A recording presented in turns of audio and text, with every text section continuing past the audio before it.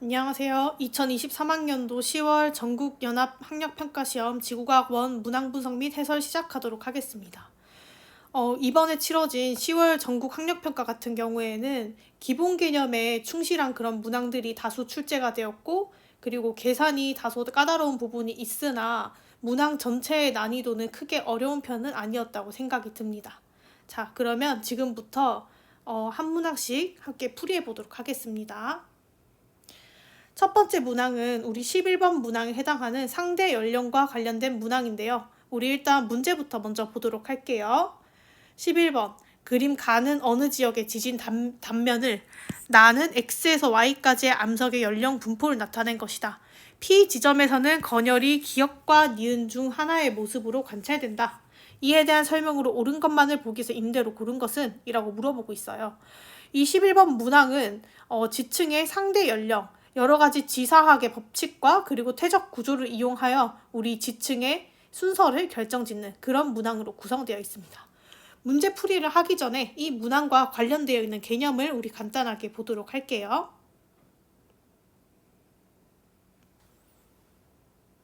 자, 첫 번째, 우리 지질 구조와 관련된 개념부터 간단히 보도록 할게요. 우리가 배우는 지질 구조는 크게 4가지가 있습니다. 첫 번째, 습고. 두 번째, 단층. 그리고 세 번째, 부정압. 네 번째, 관입과 포획이 있습니다. 우리 지금 부정압과 관입과 포획 지금 그림은 나와 있지 않은데 우리 습곡과 단층을 간단하게 알아볼 거예요. 우리 습곡은 작용하는 힘이 뭐냐라고 물어보면 횡압력이 지층에 작용하여 이 지층의 모양이 구불구불 굽어진 것을 우리가 습곡 구조라고 얘기를 하죠.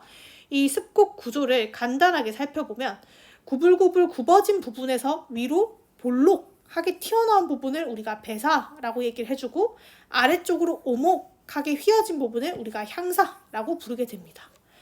두 번째, 단층.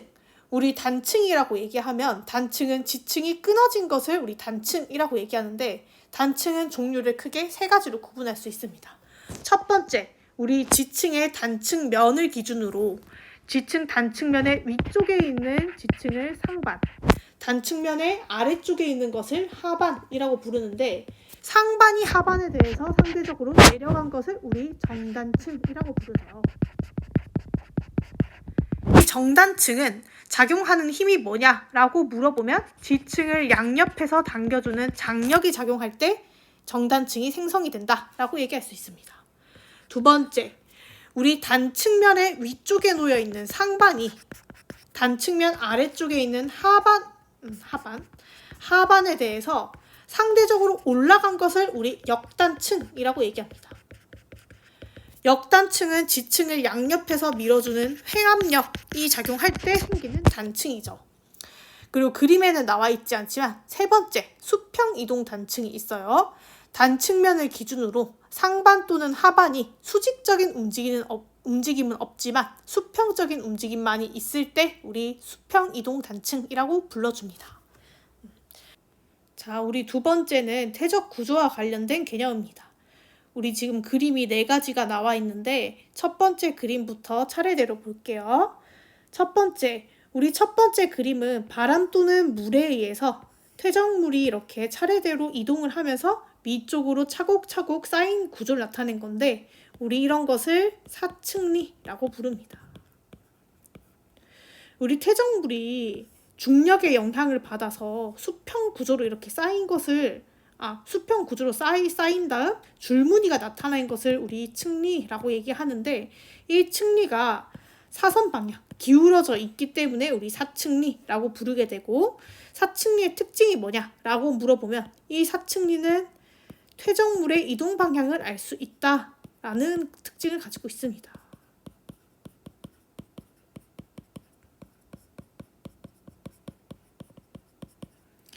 두 번째, 우리 옅은 물 환경에서 잘 생성되는 연흔입니다. 연흔은 우리 물결의 모양을 따라서 이 퇴적물들이 위쪽으로 들리면서 뾰족뾰족하게 형성된 것을 우리가 연흔이라고 얘기를 하고, 연흔으로는 무엇을 알 수 있느냐라고 물어보면 우리 퇴적 환경이 얕은 물 아래이다 라는 사실을 알 수가 있죠.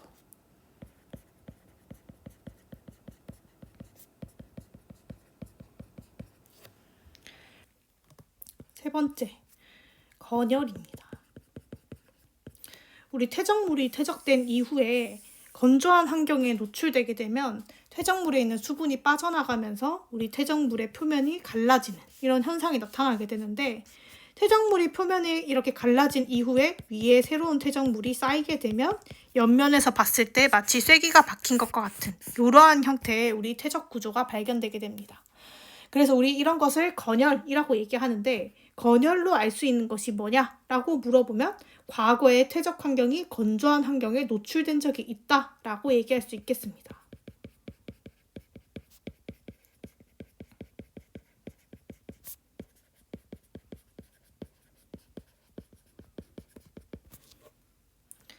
네 번째, 우리 깊은 심해 환경에서 쌓이는 점이층리입니다.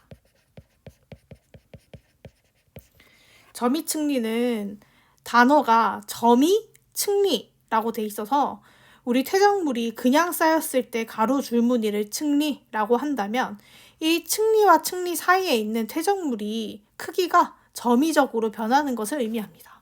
그래서 크기가 큰 퇴적물들이 아래쪽에 쌓여있고 위쪽으로 갈수록 점점 퇴적물의 입자의 크기가 작아지는 이러한 경향성을 가지는 퇴적 구조를 우리 점이층리라고 얘기를 하고, 점이층리는 왜 생성이 되느냐라고 물어보면 경사가 비교적 급한 대륙 사면에서 여러 가지 퇴적물의 입자가 섞여 있는 저탕류가 한 번에 흘러내리면서 우리 대륙대에 퇴적물이 쌓이게 될 경우에 그 큰 입자부터, 무거운 입자부터 아래쪽으로 차례대로 쌓이게 되어 형성되는 퇴적 구조입니다. 그럼 점이층리가 의미하는 것이 결국에 뭐냐라고 물어보면 과거의 퇴적 환경이 심해의 환경이었다라는 것을 알 수가 있습니다. 그래서 퇴적 구조는 이렇게 네 가지로 구분해 볼 수가 있는데, 이런 네 가지 퇴적 구조의 공통점이 뭐냐라고 물어보면 이 네 가지 퇴적 구조를 이용을 해서 우리 지층의 역전 여부를 알 수 있다라는 게 가장 큰 공통점이다라고 얘기할 수 있겠네요. 자, 그러면 문제를 풀어볼게요. 문제를 보면 지금 그림 가는 어느 지역의 지질 단면도를, 나는 X에서 Y까지의 암석 연령 분포를 나타낸 것이고 P 지점에서는 건열이 기역과 니은 중 하나의 모습을 관찰한다 라고 얘기했습니다. 일단 우리 나 그래프를 먼저 보면 X에서 Y 지점까지의 연령을 나타낸다고 했는데, X에서 Y 지점으로 가는 동안 처음에는 연령이 증가하다가 어느 순간 갑자기 연령이 작아지는 것을 발견할 수 있습니다. 근데 지금 X에서 Y 지점 사이에 있는 암석의 특징을 봤더니 Y지점 가장 가까이에 있는 암석의 특징이 화강암이고 그 위에 놓여있는 지층들은 전부 다 그냥 일반적인 퇴적암에 해당되죠. 근데 X에서 Y로 갈수록 자연스럽게 연령이 이렇게 증가한다라고 하는 것은 우리 지층에 역전은 없다라는 사실을 알 수가 있습니다.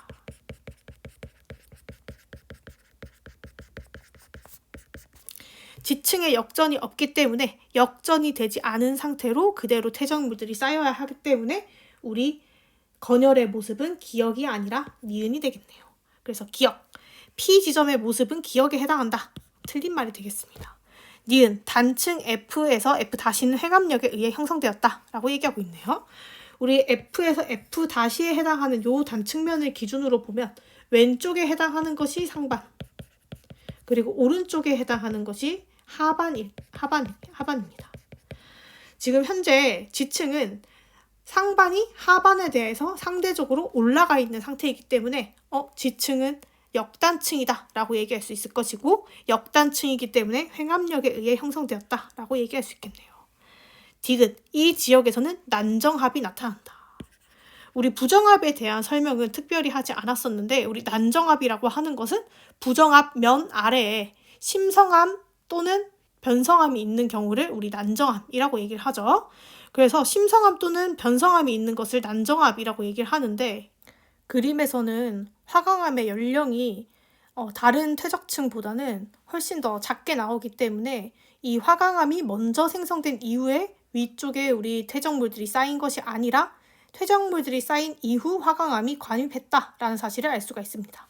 그러므로 우리 그림에 나와 있는 지질 구조는 난정압이 아니라 우리 관입구조이다 라는 것을 유추할 수 있습니다. 따라서 답은 2번이 되겠네요. 두 번째, 13번 외부 은하의 관측. 13번, 표는 우리 은하에서 외부 은하 A와 B를 관측한 결과이다. 우리 은하에서 관측한 A와 B의 시선 방향은 90도를 이룬다. 이에 대한 옳은 설명만을 보기에서 인대로 고른 것은 단 A와 B는 허블의 법칙을 만족하고 빛의 속도는 3 곱하기 10의 5제곱km/s이다 라고 나와 있네요. 우리 이 문제를 해결하기 위해서는 우리가 두 가지를 알아야 됩니다. 첫 번째, 도플러 효과와 은하의 후퇴 속도의 관계.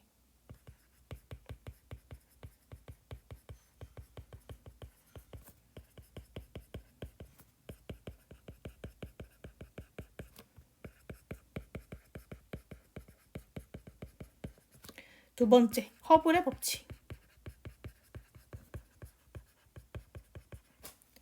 우리 첫 번째 도플러 효과와 은하의 후퇴 속도의 관계는 수식으로 써주면 이렇게 써줄 수가 있어요. 은하의 후퇴 속도는 람다분의 델타 람다 곱하기 빛의 속도 C를 곱한 것과 같다. 우리 도플러 효과라고 하는 것은 은하가 우리한테 상대적으로 멀어지는 동안 빛의 파장이 변하는 것으로부터 후퇴 속도가 어느 정도의 크기인지를 구할 수 있는 것을 뜻하는데요. 우리 간단하게 기존의 기준 파장을 우리 람다 제로라고 한다면 관측 파장을 그냥 람다라고 할 것이고, 이 관측 파장에서 람다 제로를 빼준 것을 우리 델타 람다라고 할 거예요. 그래서 앞에 있는 람다 제로 분의 람다 빼기 람다 제로를 간단하게 Z라고 표현하기도 해서 우리 V는 CZ이다 라고 얘기하기도 합니다. 두 번째, 허블의 법칙. 허블의 법칙은 우리 외부 은하의 후퇴 속도는 허블 상수의 외부 은하까지의 거리를 곱한 것과 같다 라는 의미입니다. 그래서 이 외부 은하의 거리가 나한테서 멀어지면 멀어질수록 후퇴 속도가 빨라진다 라는 사실을 알 수가 있겠죠. 이 두 가지를 이용을 해서 우리 문제를 풀어보도록 합시다. 13번에 있는 표를 보면 은하 A와 B의 흡수선의 파장, 기준 파장과 관측 파장 두 가지가 모두 나와 있기 때문에 우리 은하 A와 B의 후퇴 속도를 둘 다 쉽게 구해볼 수가 있겠네요. 먼저 은하 A와 은하 B의 후퇴 속도를 구해보도록 할게요. 은하 A의 후퇴 속도는 람다 제로 400분의 델타 람다에 해당하는 것이 5.6, 그리고 문제에 주어진 빛의 속도 3 곱하기 10의 5제곱km/s를 곱해주면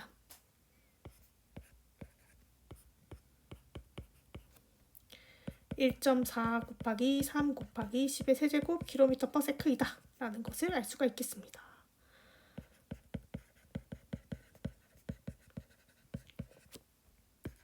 은하 B의 후퇴 속도는 기준 파장이 600, 그리고 델타 람다가 현재 6.3이 되기 때문에 은하 B의 후퇴 속도가 얼마냐 라고 물어보면 3.15 곱하기 10의 세제곱km/s이다 라고 얘기할 수 있겠네요. 됐죠?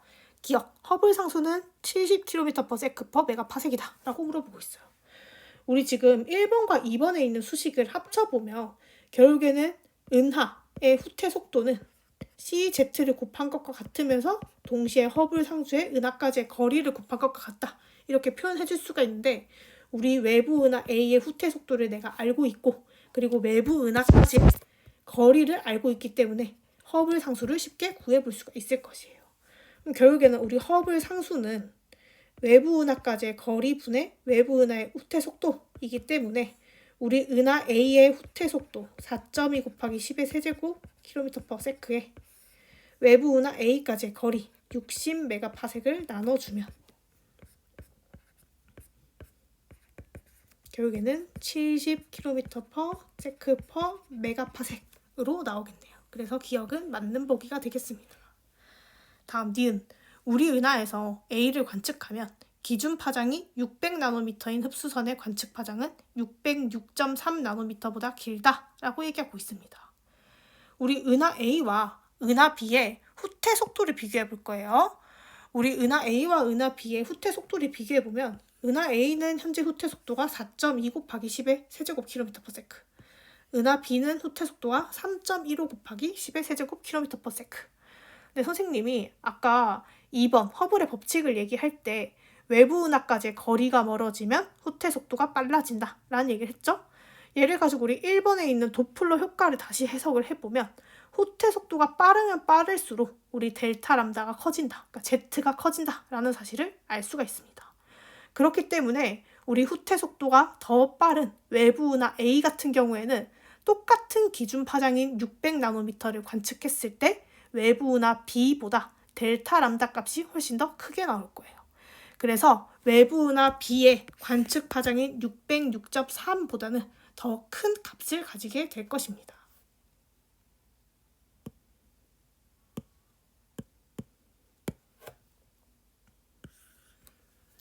디귿, A에서 관측한 B의 후퇴 속도는 5250km/s이다 라고 물어보고 있네요. 우리 문제에서 관측한 A와 B의 시선 방향이 서로 90도이다 라는 힌트를 주었기 때문에 우리 A까지의 거리 그리고 B까지의 거리를 안다면 A와 B 사이의 거리를 구할 수가 있을 것입니다. 우리 B까지의 거리도 같이 구해볼 거예요. B까지의 거리는 우리 B의 후퇴 속도를 내가 알고 있고 허블 상수를 알고 있기 때문에 거리를 쉽게 구해볼 수가 있겠네요.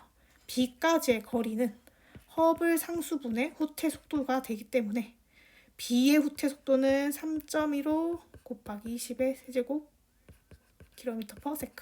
그리고 허블 상수는 70km/s/메가파섹. 이렇게 돼서 km/s라고 하는 단위는 없어질 거고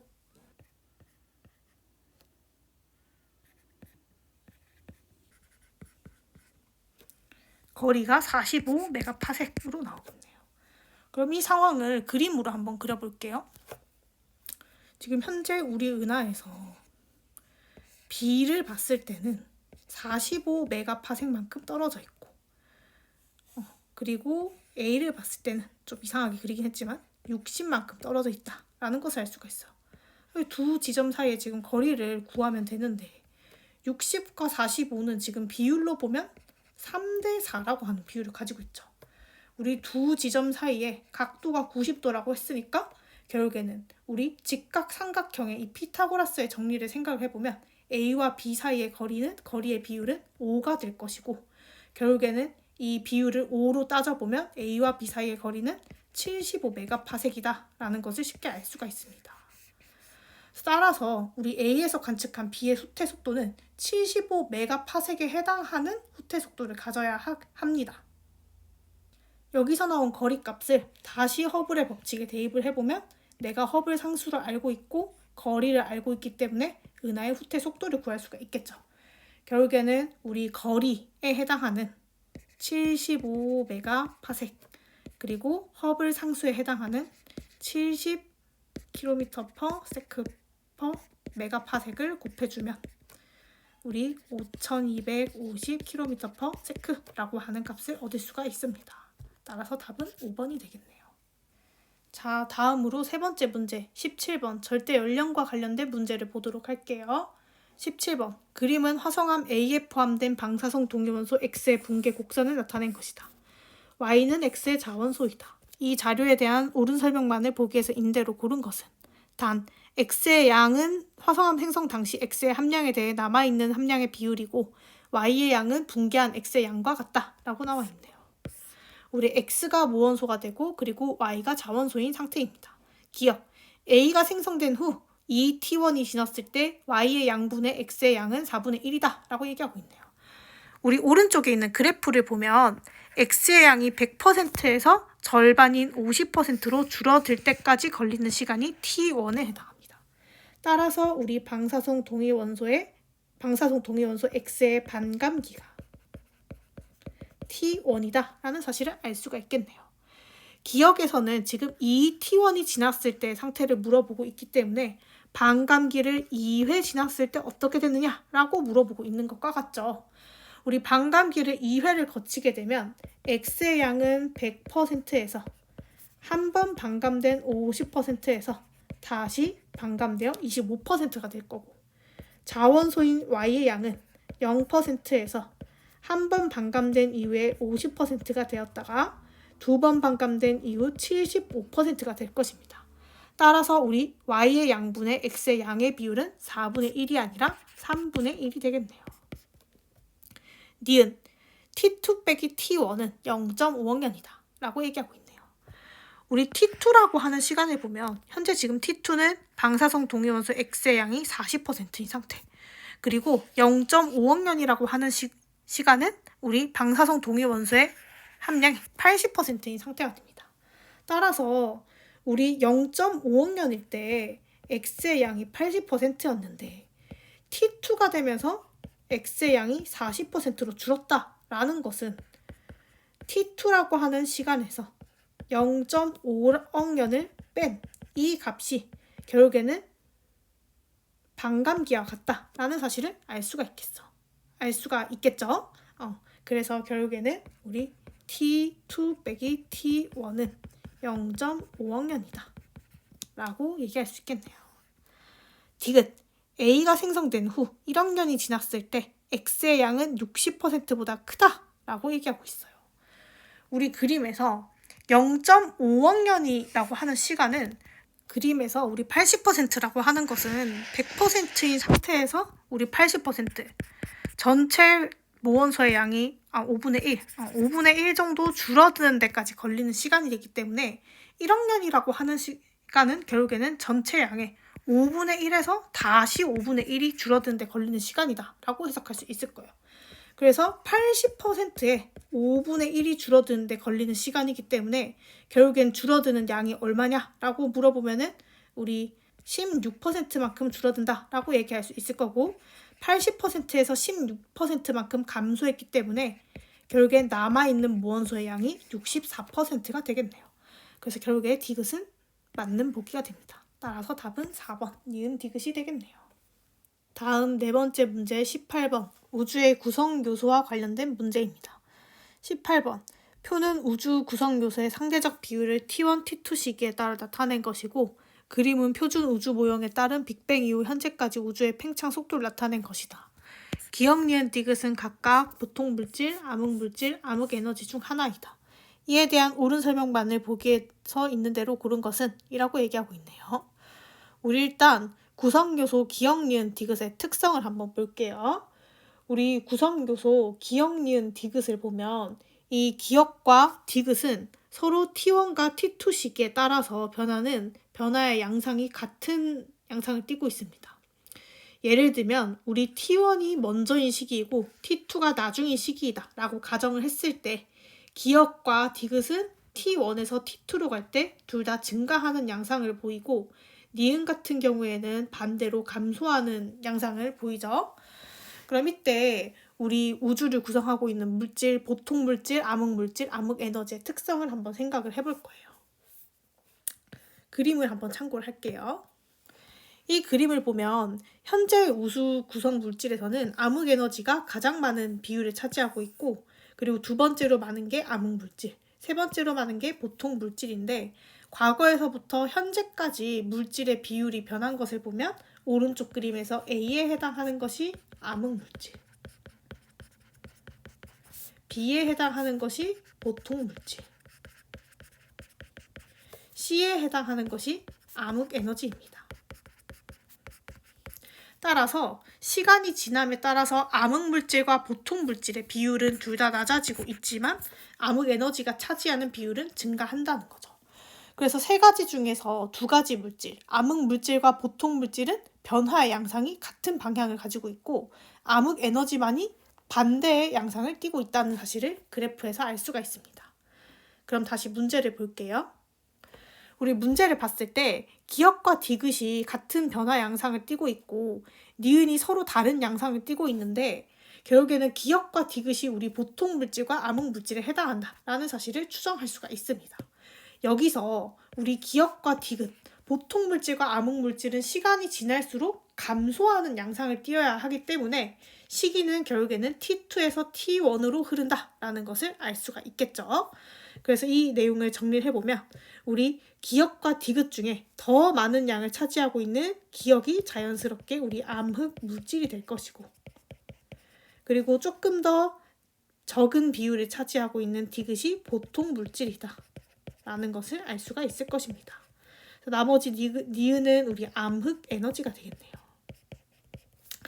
그래서 암흑 에너지는 시간이 지날 때 비율이 점점 커질 것이고, 암흑 물질과 보통 물질은 점점 작아질 것이다 라는 사실을 알 수 있을 거예요. 그럼 이렇게 놓고 우리 기역부터 한번 볼게요. 기역은 질량을 가지고 있다. 암흑 물질은 질량을 가지고 있다 라는 뜻이죠. 암흑 물질은 우리 전자기파, 빛으로 봤을 때는 관측할 수 없지만 질량을 가지고 있어서 중력을 이용해서 존재를 간접적으로 추정할 수가 있어요. 그쵸? 그래서 우리 암흑 물질은 질량을 가지고 있다. 맞는 말이 되겠습니다. 니은 T2 시기는 A 시기보다 나중이다. 우리 A 시기를 보면은 A 시기는 우주의 팽창 속도가 점점 감속하다가 다시 팽창 속도가 증가하는 그 사이에 있는 지점이에요. 그래서 A를 기준으로 A 시기 이전에는 감속 팽창, A 시기 이후에는 가속 팽창의 시기라는 것을 알 수가 있습니다. 우리 우주는 계속해서 이제 팽창을 해오긴 했는데 시기에 따라서 팽창의 가속도만 달랐던 거죠. 그래서 우리 T2 시기를 보면은 T2 시기는 암흑 물질과 보통 물질이 차지하는 비율이 거의 90% 가까이 됩니다. 암흑 물질과 보통 물질은 이제 인력으로 작용하게 되는 거고, 우리 암흑 에너지가 우주를 팽창시키는 청력으로 작용하게 되는데, 이 암흑 에너지가 차지하는 비율이 10%밖에 안 되죠. 그래서 암흑 에너지, 팽창시키는 이 비율이 10%밖에 안 된다라고 하는 것은 우리 우주가 팽창을 하고 있긴 있지만 감속 팽창을 한다라는 의미가 됩니다. 그래서 T2 시기는 A 시기보다 나중이 아니라 A 시기 이전인 감속 팽창 시기에 해당한다라고 해석할 수 있겠습니다. 자, 디귿. 우주 배경 복사는 A 시기 이전에 방출된 빛이다. 우리 우주 배경 복사의 방출 시기가 언제죠? 우리 우주 배경 복사는 우주 시작 이후 약 38만 년에 투명한 우주에서 이제 우리 원자가 생성된 그 시기에 직진한 빛을 우리 우주 배경 복사 이렇게 얘기를 하죠. 그래서 우주가 탄생하고 나서 약 38만 년, 8만 년 이후이기 때문에 A 시기보다는 훨씬 이전이다 라는 것을 알 수가 있겠네요. 그래서 답은 3번 기역 디귿이다 라고 얘기할 수 있겠습니다. 마지막 20번 도플러 효과를 이용한 외계 행성 탐사와 관련된 문제를 볼게요. 우리 20번 문제와 같은 경우에는 이미 이전에도 다수 출제가 된 적이 있기 때문에 이제는 우리 도플러 효과를 이용을 해서 외계 행성을 탐사하는 방법이 어떻게 되는지 그 기본 개념을 잘 익히고 있어야 된다고 생각합니다. 그러면 문제 읽어볼게요. 20번 그림 가는 어느 외계 행성과 중심별이 공통 질량 중심을 중심으로 공전할 때 중심별의 시선 속도 변화를 나는 t일 때 이 중심별과 행성의 위치 관계를 나타낸 것이다. 이에 대한 옳은 설명만을 보기에서 있는 대로 고른 것은 단, 외계 행성은 원궤도로 공전하며 공전 궤도면은 관측자의 시선 방향과 나란하다 라고 나와 있네요. 우리 일단 가 그래프부터 먼저 볼게요. 가 그래프를 보면 시선 속도가 양수인 구간이 있고 그리고 음수인 구간이 있습니다. 우리 시선 속도가 양수이다 라는 것은 별이 나한테서 멀어질 때, 적색 편의를 나타낼 때를 의미하는 거죠. 별이 나한테서 멀어질 때.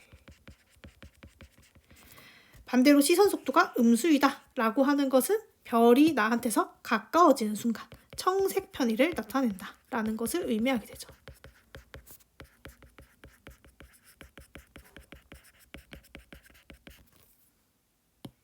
이렇게 놓고 우리 기역부터 볼 거예요. 기역. 공통 질량 중심에 대한 행성의 공전 방향은 기역이다.